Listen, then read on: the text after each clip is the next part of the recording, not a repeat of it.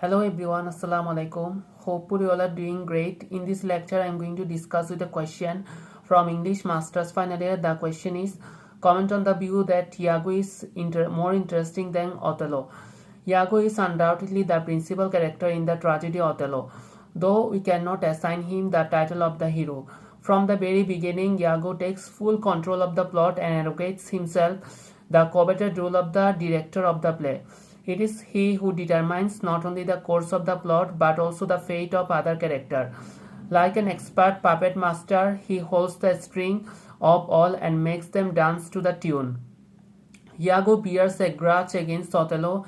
He hates him not so much because he is overlooked his merit, but he is more because he is a Negro, a thick-lipped Moor, a subhuman whom Iago cannot tolerate.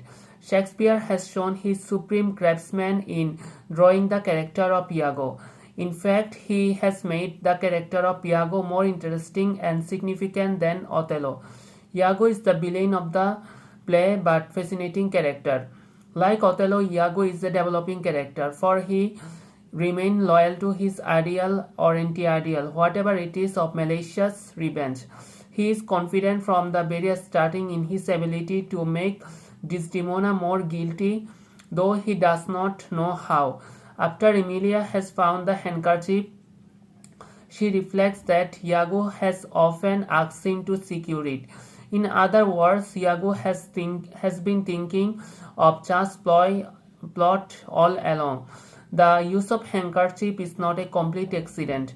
In suspect a fascinating character, and when we say that he is only thematic character, he seems to have certain human characteristics, such as the extreme enjoyment of the evil acts, the logical development of foundation to support Othello's assures jealousy, suspicion. After all, the most pure devil character are not even married. Shakespeare has chosen Iago's wife, who is frankly realistic. Although we notice that Iago is placed in human position of husband, soldier, etc., we must conclude that he is primarily a character who creates evil for the sake of creating evil. When Emilia, his wife, discovers that Iago is behind Othello's false doubt and thus at the murder of Desdemona, she underlines Iago's essential villainy. An artist in love with villainy. Actually, Iago is Shakespeare, a study in objective villainy. He is an artist in love with villainy, who is the sole profession, and he creates evil for the sake of evil. His diabolical nature, his innate love of wickedness, is the real basis of villainy. Even if the motives that he advances had not been there, he would have hunted for the motives to justify his action to himself. Although the innate love for evil, he is gifted with great power of intellect and he delights in putting them in execution. When he finds people favored by fortune and exalted above himself, he cannot endure it, and so out of his complexes he proceeded to crush them if they were so many wretched worms in the way.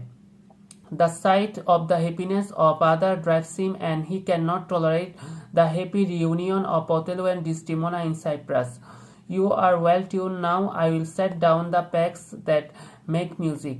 Iago can deceive anybody easily. Othello refers to Iago's honesty time and again. He even calls him the honest Iago, but it is interesting that the Iago is frequently that loves Othello very much. The entire relationship between Iago and Othello is basically satiric. Othello incorrectly thinks that Iago is honest, but Iago deliberately lies and deceives Othello every turn. The reason for that is Othello himself is honest and thus unable to think ill of Iago. He fails to understand that Othello is honest and the understand difference between appearance and reality. We see the image of Iago as the evil spider ensnaring the innocent and helpless fly, for example in Act 2, Scene 1, upon seeing Desdemona.